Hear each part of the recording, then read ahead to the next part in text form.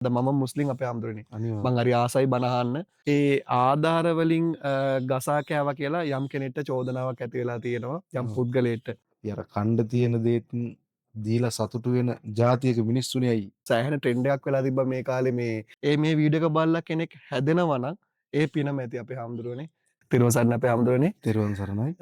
ඔබ වහන්සේගේ ගම ගම වැලිමුව පතාන. වැලිමුව පතාන. වැලිමුව පතාන. පන්සල පන්සල හොරෝපතාන. හොරෝපතාන. හොරෝපතාන. ළඟ ළඟද? හොරෝපතානේ ටවුන් එකේ ඉඳලා වවුනියාව පාරේ යන්න ඕනේ ගමට කිලෝමීටර 5ක් විතර. හරි සුන්දර ගමක් ඉතින්. දවසක එන්න හිතාගෙන ඉන්නේ. අනිවාර්යෙන් වෙන්න ඕනේ.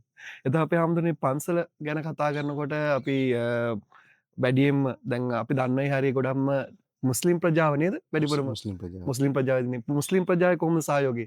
සංහිදියාව සමගිය එක්ක මේ බොහොම වෙනස්කමක් නැතුව අපි බොහොම ළඟින් ජීවත් වෙනවා. ඒක අර මුස්ලිම් සිංහල කියලා ભેදයකින් දැනුම් නැතුව ඉතින් අර මුස්ලිම් අයත් පන්සල දෙනවා. අපිත් එයාලත් එක්ක කටයුතු කරනවා. ඒක ඉතින් අර හරි ලස්සන සංහිදියාවක්. ලොකු බැඳීමක් විදිහට ඉතින් අපි ඒක දකිනවා. ඒක ඉතින් බුදුහාමුදුරුවොත් අගය කරපු දෙයක්. මම හිතන්නේ බුදුදහමෙත් ඒ ආගමික සංහිදියාව, සමගිය, කරුණාව කියන ඔය පදනම් තුන එක්කෙන යෝග නිර්මාණය වෙලා තියෙන්නේ. බුදුහාමුදුරුවෝ මේ ලෝකෙට පහළ වෙන්නත් කලින් අර දෙසැට මිත්‍යා දෘෂ්ටික ආගම් මේ ලෝකෙ තිබ්බා කියනවනේ. එතකොට මේ බුදුහාමුදුරුවන්ගෙන් බණ අහන්න ආපු කවුරුත් ඒ දවස්වල බෞද්ධයෝ නෙවෙයි. බ්‍රාහ්මණයෝ ආවා. හින්දු ආගමට මේක විදිහට සම්බන්ධකම් තිබ්බුවේ භක්තිකයෝ ආවා. ඉතින් මේ ඒක අර ભેදයකින් තොරව එහෙම ඇවිල්ලා අර එදිනෙදා ජීවිතේ හමු වුණ ප්‍රශ්න එක්ක නෙමෙයි බුදුදහම මිනිස්සුන්ට බද්ධ වෙන්නේ. ගමයි පන්සලයි ගමයි පන්සලයි වැවයි දාගබයි නිල්ගොයමයි කහසිවුරයි කියන ඒ සංස්කෘතියත් එක්ක තමයි ඉතින් මේ ඔක්කොම බැඳිලා නිර්මාණය වෙලා ඒ සංස්කෘතිය සදාචාරය එක්ක මේ ඔක්කොම ගමන් කරන්නේ. දැන් අපේ හාමුදුරනේ මම ඇත්තටම මේ වීඩියෝට ඔබ වහන්සේට ආරාධනා කරන්න ප්‍රධාන හේතුවත් මටත් ඕන මේ බණ අහන එක ට්‍රෙන්ඩ් එකක් වෙලා හරි අපේ තරුණයෝ මේකට යොමු වෙනවා නේද? මම මුස්ලිම් අපේ හාමුදුරනේ. මං හරි ආසයි බණ අහන්න. ඉතින් අපිත් ආසයි බණ අහන්න. ඒ නිසා මේ වීඩියෝ එක බලලා තව කෙනෙක් බණක් අහනවා නම් දහමට කියන්නේ Tamanට වටින ආදර්ශයක් අවවාදයක් ලැබෙනවා නම් මේ වීඩියෝ එක බලලා කෙනෙක් හැදෙනවා නම් ඒ පිනම ඇති අපේ හාමුදුරනේ.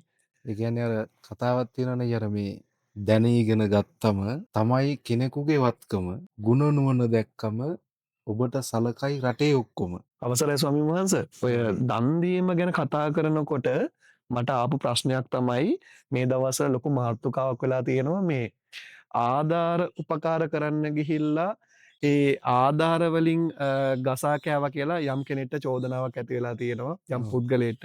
එහෙම ගොඩක් අයට කලිනුත් චෝදනා එල්ල වෙලා තිබ්බා අපේ හාමුදුරනේ. ඉතින් ඒ ගැන ඔබ වහන්සේගේ අදහස කුමක්ද? මේකේ අදහස මේ මම දැක්ක ඔය සමාජ මාධ්‍ය ඇතුලේ මේ යම් අක්‍රමිකතා පිළිබඳව මේ කතා ප්‍රමාණයක් සමාජයේ ගොඩ නැගෙනවා. ඒක ඉතින් අර බෞද්ධ භික්ෂූන් වහන්සේ නමක් විදිහට ධර්මයේ පැත්තෙන් ඉතින් මට දෙන්න පුළුවන් අදහස තමයි අයියේ අර දුන් දේ සුවඳයි නොදුන් දේ ගඳයි කියනවනේ.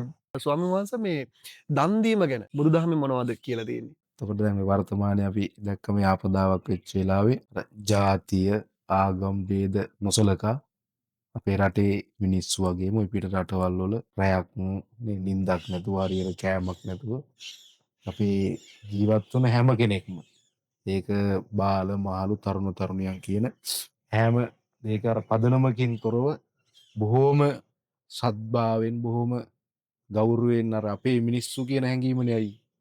ඒ කියන්නේ අර අපි අර තියෙන මිනිස්සු උදව් කරාට වැඩිය නැති කෙනෙක්ගේ වේදනාවක් දන්න මිනිස්සු නැති කෙනෙක්ගේ දුකක් දන්න මිනිස්සු තමයි මේ වෙනුවෙන් බොහෝම උදව් කරේ උපකාර කරේ.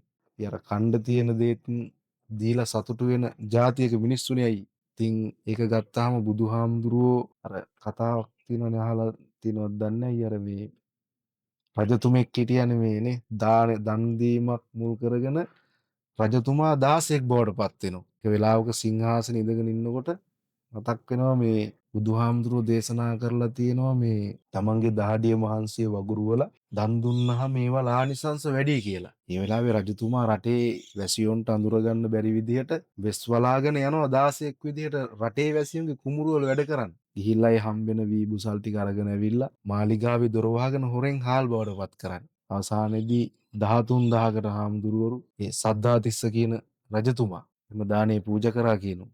පොඩ කුඹුරු ඉඩ කඩක් ඒවා ලැබිලා තියෙන්නේ පෙර භවයන් වල ඇත්තටම දුන්නු හින්දා. මිනිස්සෙක් වුණන් පස්සේ අර හදවතක තෙතමනයක් තියෙන්න වෙයි.